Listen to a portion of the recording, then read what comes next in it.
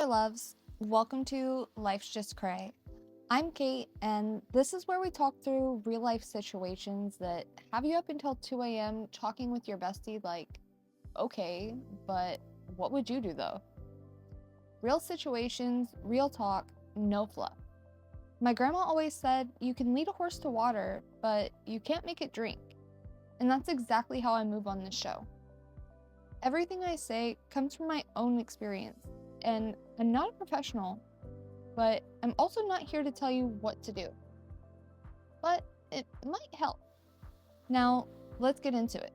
We are talking co-parenting today, and honestly, this one made me think deeply before I even started forming my own thoughts. My ex and I have been separated for 3 years. We have 2 children together, a 9-year-old and a 6-year-old. And when we first split up, we both made a genuine commitment to each other that no matter what happened between us as a couple, we would always put the kids first. We actually managed to honor that commitment in a way I was proud of. Pickups were civil. We communicated about the children without it spiraling into something else. I genuinely believed we had figured out how to do this the right way, and I held on to that as something I could feel good about even when everything else felt like it was falling apart.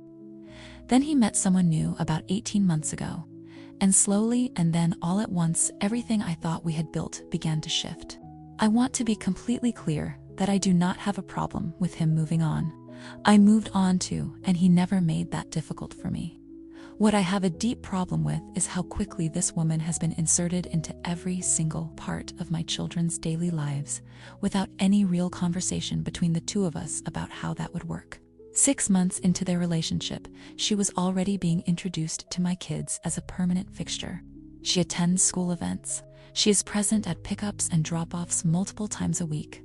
She has been included at both of my children's birthday parties. My daughter told me recently that she calls her by a nickname that feels uncomfortably close to a term of endearment, and I had to sit with that information for several days before I could even figure out what I felt about it. When I brought my concerns up to my ex, he told me I was being jealous and insecure, and that I should be happy the children have another caring adult in their corner. And maybe in the most generous reading of the situation, he has a point. Maybe I should be grateful, but I am their mother. I was not consulted about any of this. I did not get a single conversation about who this person is, what her role would look like, or how her presence would be handled around my kids. I simply came home one day and she was already woven into my children's lives as though she had always been there. My kids seem to genuinely like her, and I know on some level that should be the thing that settles it for me. But I keep returning to the same question: at what point does a partner become a co-parent? And who gets to make that decision? Because right now, that decision was made completely without me, and I am trying to figure out how to raise it as a co-parenting conversation without it becoming evidence that I am difficult or unable to move forward. I am not trying to control who he dates. I am trying to be a parent to my own children. Is there a way to have this conversation without it turning into a war? Unfortunately, this is one of those situations where the answer isn't as simple as right or wrong. Even though I completely understand why it feels that way, and I think the fact that you're asking the question at all tells me something important about you. It tells me that somewhere underneath the frustration, that you already sense the answer is more complicated than just being upset about what was not done correctly. Let me start by acknowledging what genuinely is valid here. Your ex should have had the conversation with you before introducing someone as a permanent fixture in your children's lives. That's just basic co-parenting courtesy, and that's owed to you, and it didn't happen.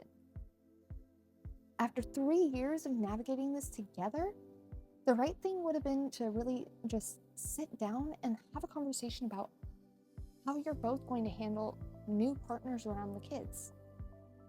Before those partners were already attending birthday parties and school events, and that conversation was skipped. But here's where I want you to slow down. Because I think there's something much more important happening underneath the surface of all of this. And that's worth looking at honestly and without judgment. You said it's been a year and a half. 18 months of this woman being present in your children's lives. And by your own words, she treats your children like they're her own. And you said yourself that you actually like her as a person. So I need to ask you something directly. And I need you to really sit with it before you answer. Is what you're feeling actually about her presence?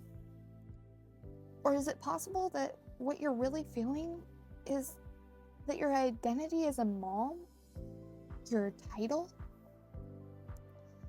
feels like it's slowly being diluted or crowded out in some way? Because those are two different things and require two different methods of figuring it out. And I want to say this clearly, and as clearly as I possibly can. Being a mother is not a title that can be taken away from you by anyone. Not by a new partner, not by a nickname, and not by just someone showing up consistently and treating your kids with love. Your children didn't come from her, they came from you. And you're still showing up for them. And that bond doesn't transfer. That connection doesn't diminish, no matter how many school events someone else attends or how many times they show up at pickup.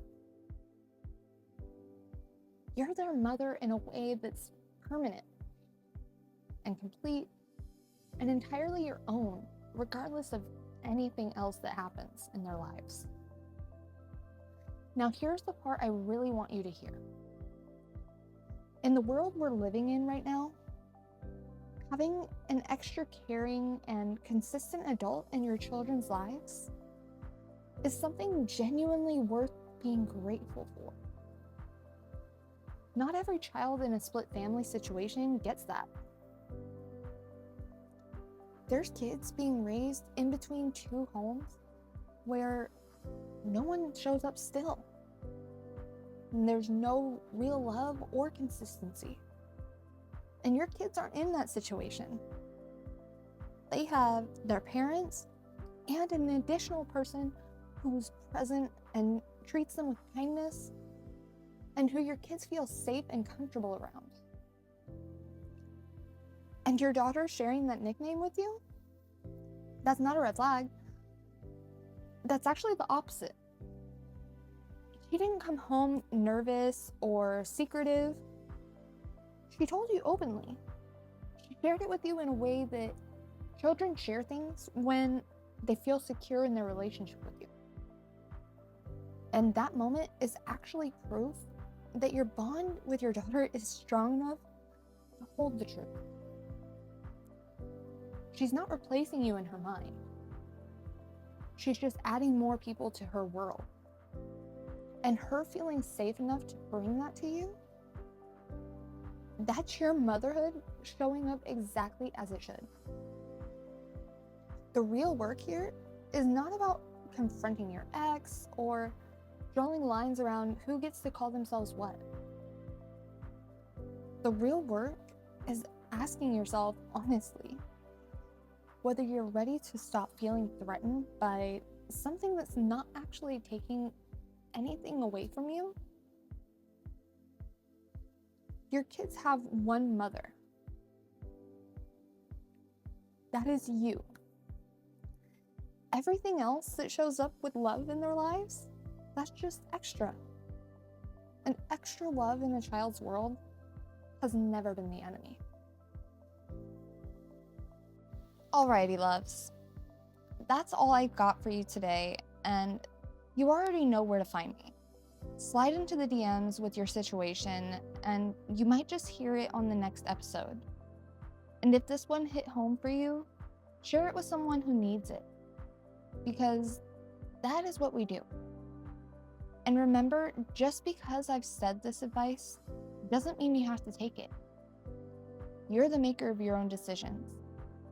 But you must also be willing to deal with the consequences of your actions, if there are any. Until next time, take care of yourself.